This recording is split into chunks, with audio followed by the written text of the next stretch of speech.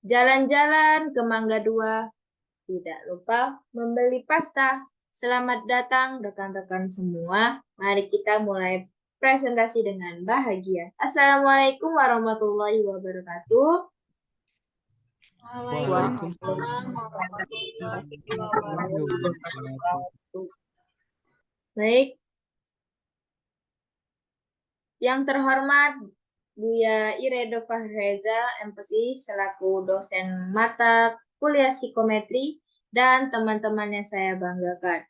Pertama-tama, marilah kita panjatkan puja dan puji syukur atas kehadiran Allah Subhanahu wa Ta'ala, yang dimana kita diberikan kesehatan sehingga kita dapat berkumpul dalam Zoom ini untuk berdiskusi atau mempresentasikan hasil penelitian kita, dan tak lupa juga kepada teman-teman kita yang selalu diberikan kebahagiaan, kerahmatan dari Allah Subhanahu wa Ta'ala sehingga bisa menonton hasil diskusi kita ini melalui platform YouTube. Oke, sebelum itu, tak kenal maka tak sayang, tak sayang maka tak cinta. Perkenalkan, saya Ayu Agustini selaku moderator yang akan membimbing jalannya diskusi, dan tak lupa juga dengan rekan-rekan saya, yakni pertama itu ada Muhammad Rizky Ramadan dan Asri Rahmawati, dan ada pula kolaborator dari luar yang hadir pada hari ini, Hafizah Nisrina. Hai Hafizah Nisrina. Halo. Dan ada satu lagi, Kak Nelly Malihatul Zulfa, akan tetapi beliau berhalangan hadir dalam diskusi pada hari ini. Oke, langsung saja ya kita membahas materi. Latar belakang terlebih dahulu, di mana mahasiswa, sebelum itu judul kita ini berjudul dengan gangguan kesehatan mental terhadap performa akademik mahasiswa tingkat awal. Nah, kita mulai dari latar belakang nih. Mahasiswa itu memiliki kemampuan untuk mencari, menggali, dan mendalami bidang keilmuan itu dengan cara membaca, mengamati, dan memilih bahan-bahan bacaan untuk ditelaah. Dan selanjutnya dituangkan dalam berbagai karya ilmiah. Nah, gangguan kesehatan mental dan academic performance itu merupakan masalah yang sering ya dialami oleh para remaja dewasa. Terutama itu pada mahasiswa yang dimana mereka itu berusaha untuk menempuh jenjang pendidikan sarjana. Jadi mereka itu ada tuntutan ya untuk membahagiakan kedua orang tuanya.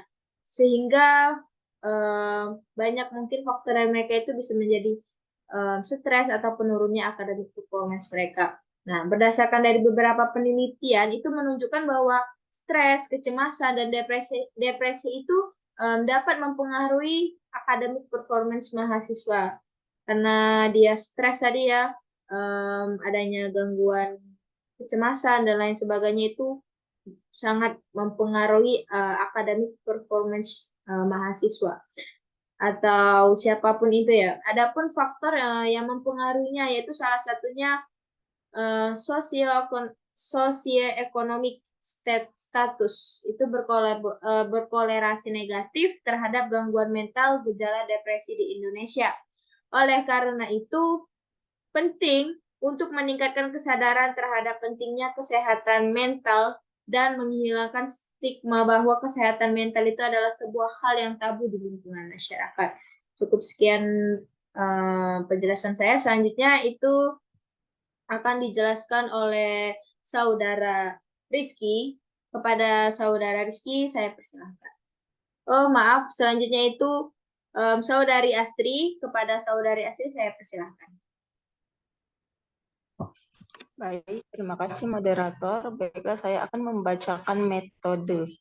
Nah, penelitian ini menggunakan metode kuantitatif dan rancangan penelitian korelasional.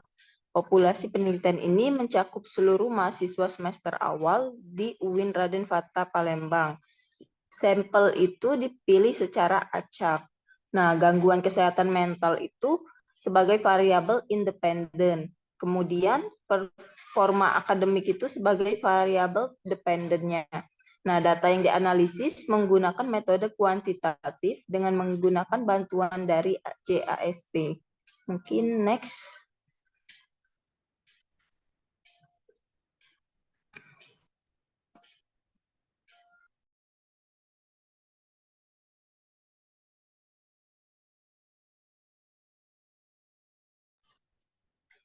Oke, untuk hasil.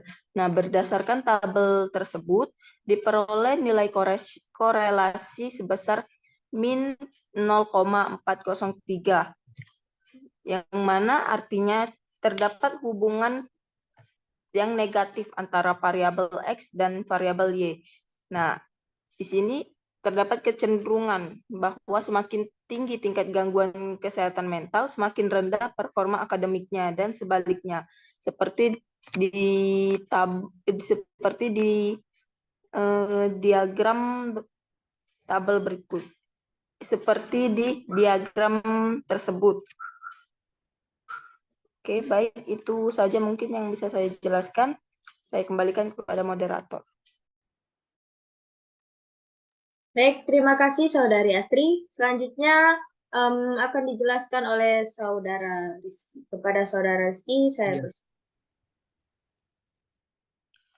Di sini saya akan mempresentasikan hasil kedua dari kelompok kami ini. Nah, yakni hasil uji perbandingan antara jenis kelamin. Nah, berdasarkan hasil uji korelasi perbandingan antara jenis kelamin di samping didapatkan juga hasilnya bahwa mahasiswa perempuan ini memiliki kecenderungan lebih tinggi mengalami gangguan kesehatan mental dibandingkan dengan mahasiswa laki-laki. Nah, ini dibuktikan pada skor min laki-laki yang sebesar 49,105, sedangkan skor min pada perempuan sebesar 49,412. Nah, pada item performa akademik juga ini ditemukan bahwa mahasiswa perempuan juga lebih mungkin mengalami penurunan performa akademik ketika mengalami gangguan kesehatan mental. Nah, ini dibuktikan pada skor minnya perempuan 34,624, sedangkan laki-laki 33,211. Next.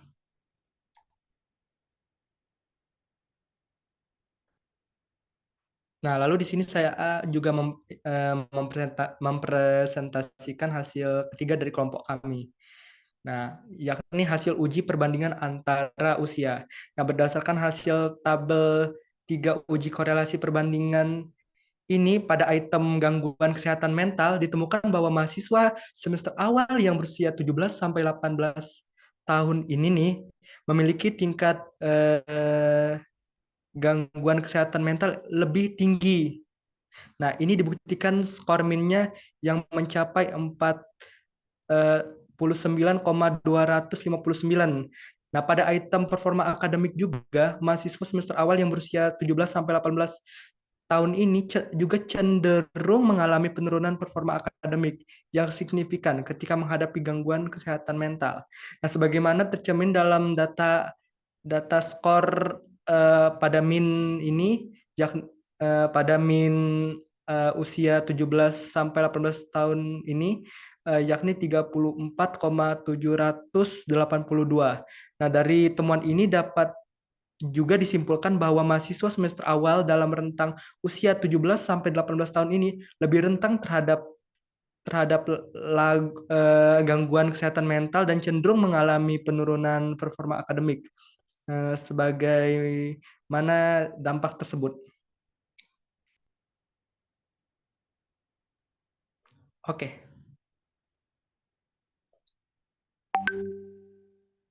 Oke, terima kasih Saudara Rizky sudah mengatakan materinya. Ya. Selanjutnya itu akan dijelaskan oleh Saudari Hafizah Nislina. Kepada Saudari Hafizah Nislina, saya persilakan.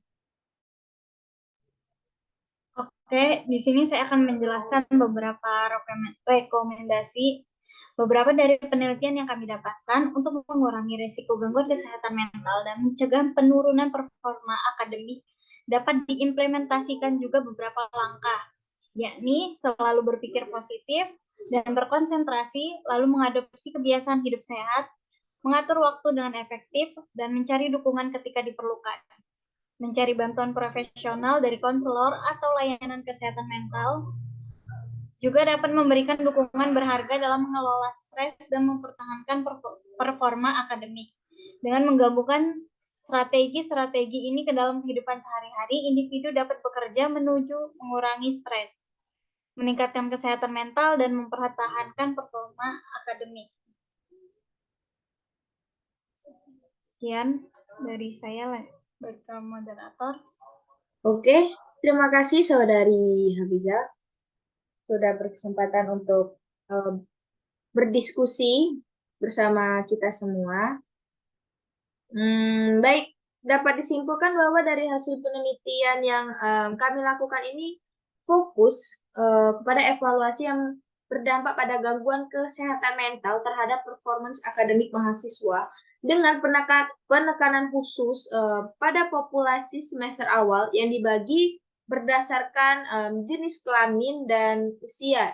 Nah, temuan penelitian ini mengungkapkan bahwa mahasiswa perempuan pada semester awal itu cenderung mereka itu memiliki tingkat gangguan kesehatan mental itu yang lebih tinggi yang berdampak negatif pada performa akademiknya. Nah, dalam upaya ini cara untuk mengatasinya ini perlunya lembaga pendidikan untuk memperhatikan lebih lanjut tentang dukungan akademik dan aspek personal emosional dalam konteks pembelajaran. Nah, selain itu perlu mencari bantuan profesional dan konselor atau layanan kesehatan mental untuk memberikan dukungan berharga dalam mengelola stres dan mempertahankan performa akademiknya. Baik, cukup sekian hasil diskusi atau presentasi kami pada hari ini. Mohon maaf apabila terdapat kesalahan. Kepada Allah kami mohon ampun. Sekian dan terima kasih. Assalamualaikum warahmatullahi wabarakatuh.